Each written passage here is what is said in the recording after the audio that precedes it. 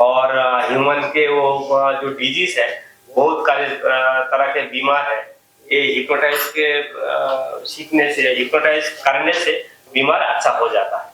इसलिए हम यहाँ आए हैं और आप सर जी से दुआ मांगूंगा कि मुझे अच्छा करके हिप्नोटाइज सिखा दीजिए। और सबको मेरा प्रणाम। क्या नाम है?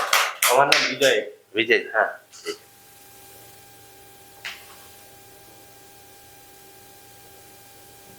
हम सब प्यासे एक मधु कण के लिए, जीवन में जीते हैं बस एक क्षण के लिए। हम सब प्यासे हैं एक मधु कण के लिए, जीवन में जीते हैं बस एक क्षण के लिए। पर क्या एक क्षण भी हमने कभी सोचा है कि जीवन है हमारा समर्पण के लिए? तो आदरणीय श्री विजय जी, बड़ा एक डेडिकेशन है इनके अंदर, भाव है। कहते हैं ना, ये खुशी के फूल उन्हीं के दिलों में खिलते हैं जो आदमी की तरह आदमी से मिलते हैं। तो मुझे ऐसा लगता है, और ये है भी, कि जैसे हिप्नोटाइज का जो ये विषय है सम्मोहन का, इसमें एक व्यक्ति को हार्दिक होना बहुत जरूरी है। और हार्दिकता के लिए भी काम किया जा सकता है। हार्दिकता के लिए हम लोग कुछ ना कुछ करते हैं, थैंक्स करते हैं, और अनकंडीशनल लव, बिना शर्त प्रेम करना, ठीक है ना। तो वो भी हमें उसके लिए काम करना चाहिए, क्योंकि कोई भी चीज के लिए एक बेस बनाना पड़ता है।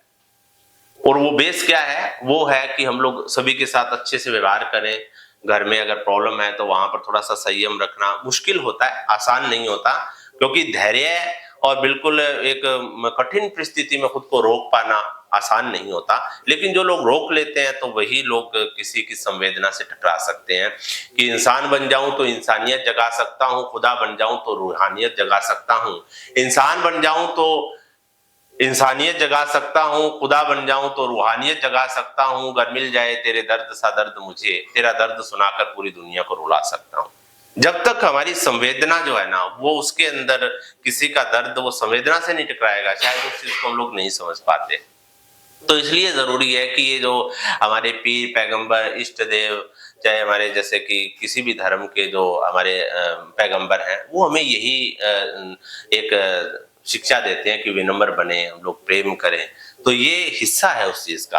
आज ठीक है, चीजें आधुनिकता का दौर है, चीजें फास्ट होती जा रही हैं, हर चीज उतावलापन आता जा रहा है। तो ऐसे समय में ये आज सम्मोहन के लिए अगर आप आए हो तो ये हमारे जीवन में बहुत बड़ा बदलाव करेगा। तालियों के साथ हम लोग वेलकम करेंगे कि बहारों की महफिल सुहानी रहेगी, लबों पर खुशियों की कहानी रहेगी। बहारों की महफिल सुहानी रहेगी, लबों पर खुशियों की कहानी रहेगी।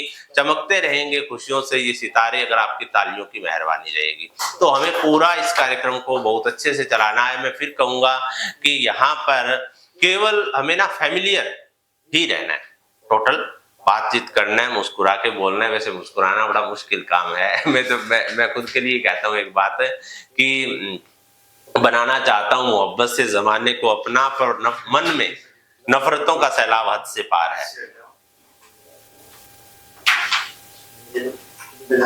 हाँ, कि बनाना चाहता हूँ इस जमाने को मोहब्बत से अपना, पर मन में नफरतों का सैलाब हद से पार है। लोग कहते हैं कि तनिक मुस्कुराया करो, पर मुस्कुराना मेरे बस से बाहर है।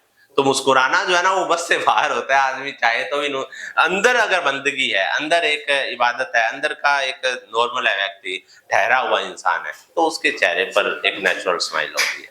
तो इसलिए हम लोग बढ़ जाती है कई गुना खूबसूरती महज मुस्कुराने से, मगर हम लोग बाज नहीं आते मुंह फुलाने से।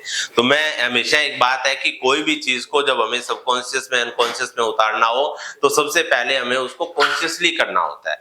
मान लो कोई भी व्यक्ति बार बार जैसे मुस्कुराता है, इस तरह की पुस्तक पढ़ेगा, कुछ ना कुछ लो ऐसे काम करेगा, तो धीरे धीरे कहीं ना कहीं अनकॉन्शियस में वो चीज चली जाती है, और फिर वो बीज बनकर उसका परमानेंट एक स्थायी व्यवहार बन जाता है। तो ऐसा भी हम लोग यहाँ से सीखेंगे। और हमारे ये पार्टिसिपेट रहते थे, आ चुके हैं, तो इनके लिए तालियां होनी चाहिए, ठीक है। और अब हम लोग बिल्कुल कार्यक्रम को शुरुआत करते हैं।